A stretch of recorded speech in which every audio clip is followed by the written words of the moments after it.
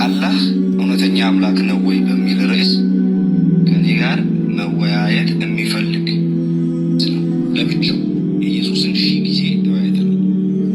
ስለዚህ ሰላም አለይኩም ወራህመቱላሂ ወበረካቱ። እንዴት ቆያችሁ? በመግቢያ ላይ ድምጹን በሰማችሁት ምስኪን ጴንጤ ምክንያት ነው እኔ ቲክቶከር የሆንኩት። ነብዩን በመሳደብ ሙስሊሞችን በማበሳጨት በእስልምና ላይ በማዋሸት ታሪክን ቆርጦ በመቀጠል ካልአውድ የሆነ ሀሳብ በማምጣት ውሸት ነገሮችን ከተለያዩ ጎግል ሰርች አድርጎ በማምጣት በእስልምና ላይ በጣም መጥፎ ነገሮች ያደርግ ስለነበረ ለሱ መልስ ለመስጠት ቪዲዮ መስራት ጀመርኩኝ። ይህም ብቻም ሳይሆን የኢየሱስ ክርስቶስ ሐዋርያቶች በኢየሱስ ፈጣሪነት አያምኑም፣ ኢየሱስን እግዚአብሔር ወልድ ነው ብለው አልሰበኩም፣ ጳውሎስ በኢየሱስ ፈጣሪነት አያምንም የሚል ደረጃ ላይ እንዲደርስ ያደረገኝ ይህ ምስኪን ጴንጤ ነው። በዚህ ምስኪን ጴንጤ ምክንያት በጣም በርካታ ጴንጤዎችና ኦርቶዶክሶች የደም እንባን ያለቀሱት።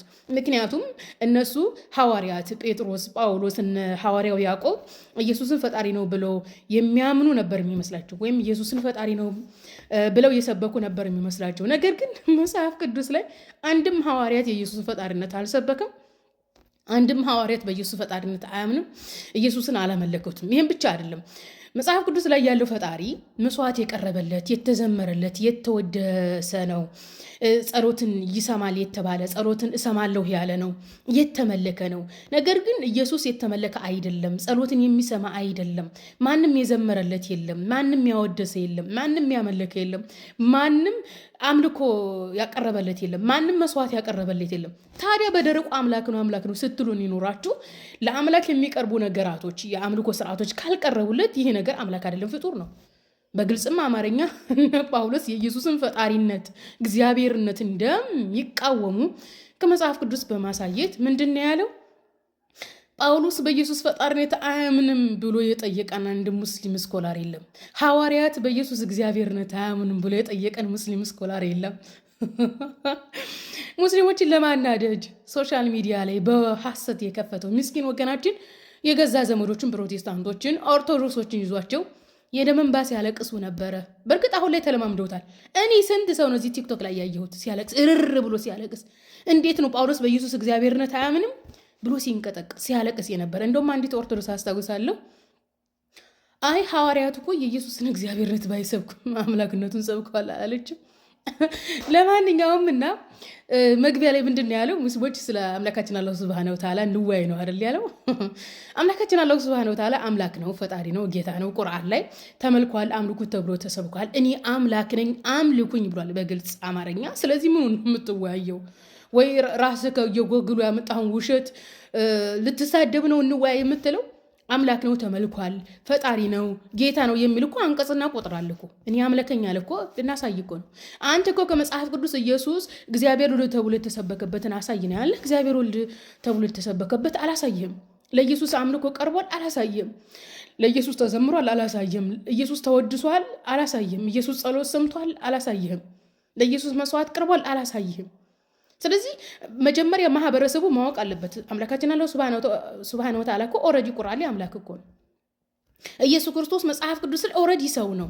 ያንን ሰውነቱን ነው ወስዳችሁ ፈጣሪ ነው ምናምን የምትሉ። ስለዚህ ማህበረሰቡ ግልጽ ይሆንለት እግዚአብሔር ማለት ምን ማለት እንደሆነ፣ አምላክ ማለት ምን ማለት እንደሆነ፣ አብ ማለት ምን ማለት እንደሆነ፣ ጌታ ማለት ምን ማለት እንደሆነ መጽሐፍ ቅዱስ ላይ ያሉ ቃላቶች ግልጽ ይሆንላቸው።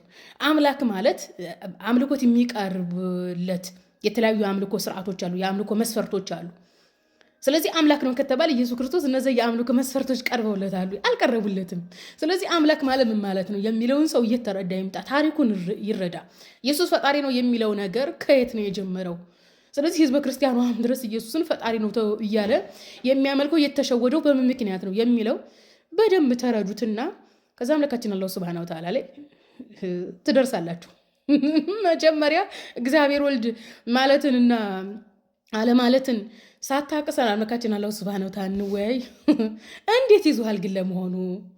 እንደው ማለት ስሜት በእርግጥ እስተግፍሩላህ ያ ረቢ አልሐምዱሊላህ እንኳን ሙስሊም ላደረገኝ አምላክ ታውቃላችሁ። ያኒ ምን አይነት ደስታ እንደሚሰማኝ ያኒ ምን አይነት አልሐምዱሊላህ። በነገራችን ላይ በዚህ ዘመን በክርስትና ሃይማኖት ውስጥ መሆን በጣም ትርፋማነት የሌለው ነገር ነው። በተለይ ንጽጽር ላይ ወጥተው እንግዲህ ኢየሱስ ፈጣሪ ነው ሊሉ ወጥተው በእንግሊዘኛውም በምኑም በቃ ኢየሱስ ፈጣሪ እንዳልሆነ በስነ ስርዓቱ ማሳየትና እነሱን የሆነ የሚያሳዝን እንትን ውስጥ መግባታቸው ኤኒዌይስ እስከዚህ ይበቃኛል። እና በእንደዚህ አይነት ደስታ ውስጥ ነው ያለሁት ለማለት ነው።